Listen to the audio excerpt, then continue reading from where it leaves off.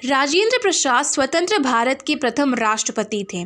26 जनवरी 1950 को जब हमारा गणतंत्र लागू हुआ तब डॉक्टर प्रसाद को इस पद से सम्मानित किया गया था। आज़ादी के बाद बनी पहली सरकार में डॉक्टर राजेंद्र प्रसाद को पंडित जवाहरलाल नेहरू की सरकार में कैबिनेट मंत्री के तौर पर खाद्य व कृषि विभाग का काम सौंपा गया। इसके साथ ही इन्हें भारत के संविधान सभा में संविधान निर्माण के लिए अध्यक्ष नियुक्त किया गया। राजेंद्र प्रसाद गांधी जी मुख्य शिष्यों में से एक थे। इन्होंने भारत की आज़ादी के लिए प्राण तक न्योछावर करने की ठान ली थी। ये स्वतंत्रता संग्रामी के रूप में इनका नाम मुख्य रूप से लिया जाता है। राजेंद्र प्रसाद बिहार के मुख्य नेता थे। नमक तोड़ो आंदोलन व भारत छोड़ो आंदोलन के दौरान इन्हें जेल यातनाएं भी सहनी पड़ी। राष्ट्रपति बनने के बाद प्रसाद जी गैर पक्षपात व स्वतंत्र रूप से निर्णय लेना चाहते थे, इसीलिए इन्होंने कांग्रेस पार्टी से संन्यास ले लिया। प्रसाद जी भारत में शिक्षा के विकास के लिए अधिक जोर देते थे। नेहरू जी की सरकार को इन्होंने कई बार अपनी सलाह भी दी थी। नमस्कार दोस्तों, लोकतक में आप सभी का स्वागत है। मैं हूं अनुष्का और आज के इस वीडियो में मैं आपके साथ राजेंद्र प्रसाद जी की जीवनी शेयर करने वाली हूं। तो आज के इस वीडियो को आप सभी लोग लास्ट तक देखिएगा। वीडियो पसंद आती हो तो लाइक शेयर सब्सक्राइब जरूर करिएगा। डॉक्टर प्रसाद का जन्म 3 दिसंबर 1884 को बिहार के एक छोटे से गांव जीरादेई में हुआ था। इनके पिता का नाम महादेव सहाय था और माता का नाम कमलेश्वरी देवी था। इनके पिता संस्कृत और फारसी भाषा के बहुत बड़े ज्ञानी थे, जबकि माता धार्मिक महिला थीं। वे राजेंद्र प्रसाद को रामायण की कहानियां भी सुनाया करती थीं। डॉक्टर प्रसाद को बाल विवाह 12 साल की उम्र में हो गया था। इनकी पत्नी का नाम राजवंशी देवी था। इनकी शिक्षा के बारे में बात करें तो 5 साल की उम्र में ही प्रसाद को माता पिता उनको एक मौलवी के यहाँ भेजने लगे थे ताकि वे फारसी, उर्दू, हिंदी का ज्ञान प्राप्त कर सके। डॉक्टर राजेंद्र प्रसाद की प्रारंभिक शिक्षा उन्हीं के गांव जीरादेई में हुई थी। पढ़ाई की तरफ इनका रुझान बचपन से ही था। अपने भाई महेंद्र प्रताप के साथ वे पटना के टी के घोष अकेडमी में जाने लगे थे, जिसके बाद यूनिवर्सिटी ऑफ कलकत्ता में प्रवेश के लिए परीक्षा दी, जिसमें वे बहुत अच्छे नंबर से पास हुए। जिसके बाद उन्हें हर महीने 30 रुपए की स्कॉलरशिप भी मिलने लगी।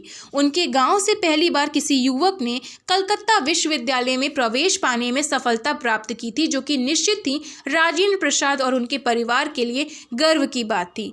1902 में प्रसाद जी ने प्रेसिडेंसी कॉलेज में दाखिला लिया, जहां से इन्होंने ग्रेजुएशन किया, स्नातक किया।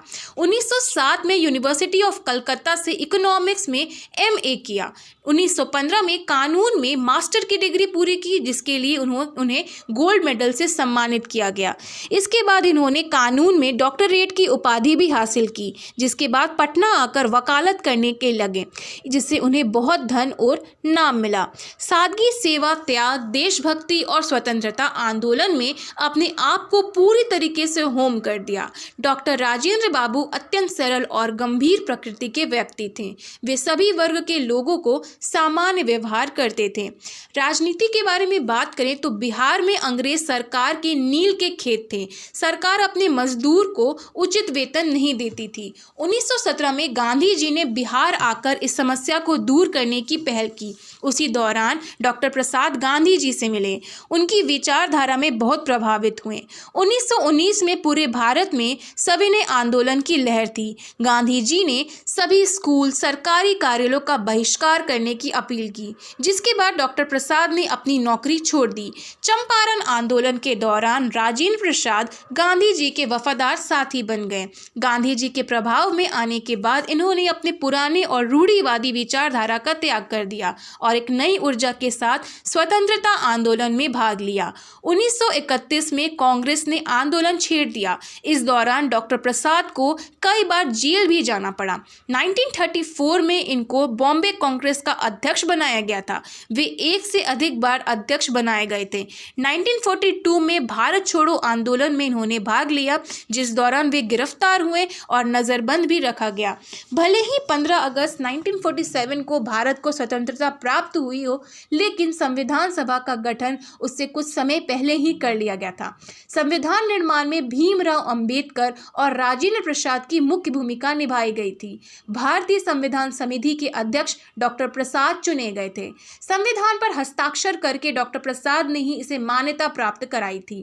26 जनवरी 1950 को भारत को डॉक्टर राजेंद्र प्रसाद के रूप में प्रथम राष्ट्रपति मिल गया। 1957 में फिर राष्ट्रपति चुनाव हुए, जिसमें दोबारा राजेंद्र प्रसाद जी को राष्ट्रपति बनाया गया। ये पहली आखिरी बार था जब एक ही इंसान को 2 बार लगातार राष्ट्रपति बनाया गया था। 1962 तक वे इस सर्वोच्च पद पर विराजमान रहे। 1962 में वे अपने पद को त्याग कर पटना चले गए और बिहार विद्यापीठ में रहकर जन सेवा कर जीवन व्यतीत करने लगे।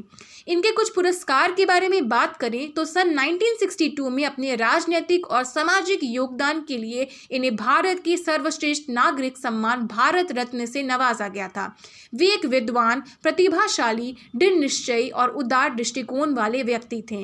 28 फरवरी 1963 को डॉक्टर प्रसाद का निधन हो गया। उनकी जीवन से जुड़ी कई ऐसी घटनाएं हैं जो ये प्रमाणित करती है कि डॉक्टर राजेंद्र प्रसाद बेहद दयालु और निर्मल स्वभाव के थे। भारतीय राजनीतिक इतिहास में उनकी छवि एक महान और विनम्र राष्ट्रपति की है। पटना में प्रसाद जी को याद में राजेंद्र प्रसाद स्मृति संग्रहालय का निर्माण कराया गया है। दोस्तों, आज के इस वीडियो में इतना ही। इसी के साथ जय हिंद, वंदे मातरम, नमस्कार।